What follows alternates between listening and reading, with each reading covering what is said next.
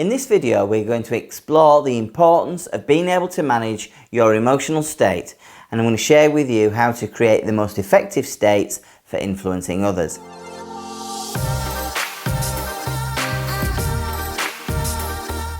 I'm Michael Brook, and this is NLP for Influence. I create videos each and every week and share with you the most elegant and effective influence strategies from NLP and other advanced neurosciences.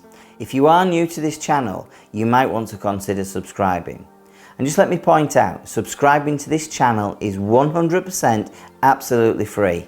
It just gives you the opportunity to stay up to date with new strategies that I post each and every week. In today's video, I'm going to demystify the concept of emotion and state.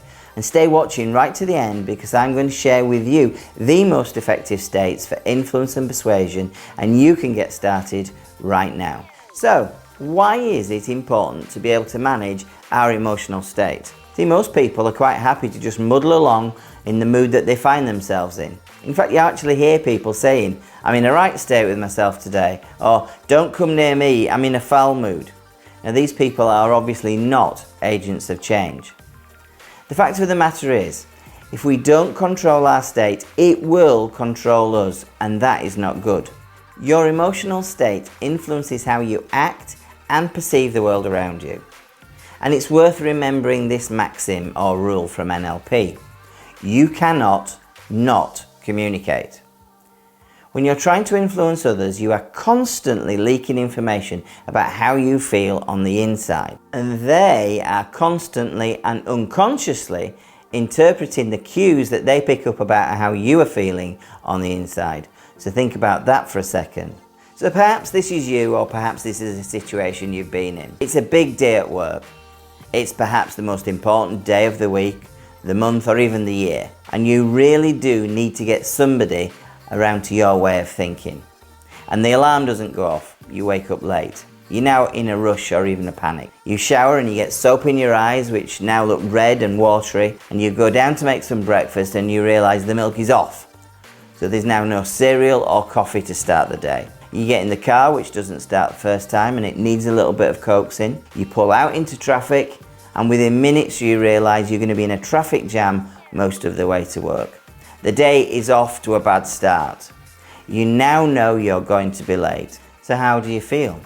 My guess is you feel at least a little unhappy, and you've got good reason to feel quite frustrated. You may even be absolutely furious and angry. Tell me, which of these emotions can help you with your big day? That's right, feeling unhappy, frustrated and angry certainly is not going to help you for setting up the day for success. But no matter, you decide you'll pretend you're not feeling unhappy, frustrated and angry. But the problem is, pretending you're not feeling a certain way doesn't get the job done. Unless you can actually change the way you feel, you're going to start communicating unconsciously and leaking information about how you feel on the inside. And that's not good. The person or people you need to influence are certainly going to pick up something. Of course, they won't know that you're unhappy, frustrated and angry.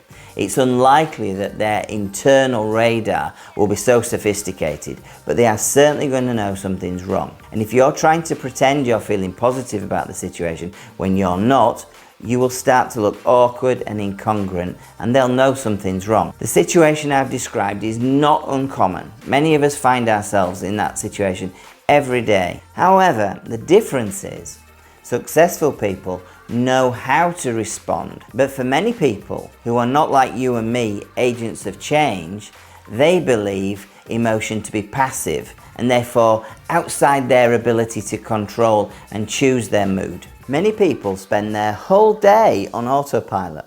They allow unconscious autopilot to respond to both internal feelings and external stimuli, which creates our emotional state. This equation helps.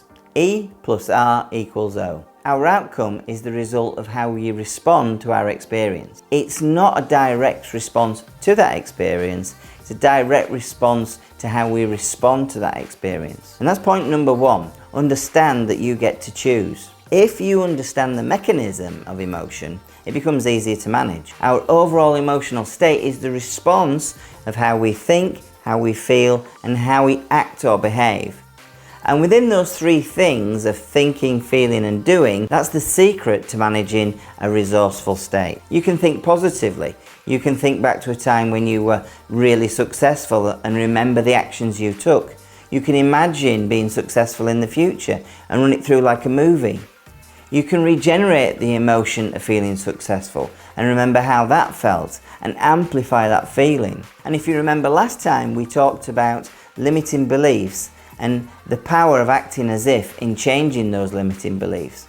Acting as if is a great way to change your emotions too. Act as if you're confident, positive and focused. Don't just pretend. So going back to our example, which states would you prefer to be in when faced with your big and important day? I think there are some states that would be universally considered to be quite resourceful. Enthusiasm and passion, being focused and having curiosity about the other person. Being confident would certainly help. It's just as important to be clear about the emotions you need to avoid. And interestingly, the classic ones are frustration and anger. If you can't keep these emotions in check, you'll telegraph the way you feel rapidly. In the same way, if you're in sales and anxious about your sales performance, this will be transmitted as desperation and performance anxiety, and not what you want in order to make the customer feel comfortable about their decision. So thanks for watching this episode of NLP for Influence. If you're new to the channel, please do subscribe. It doesn't cost you a penny, but it does keep you up to date with new advances in the videos that I create every week.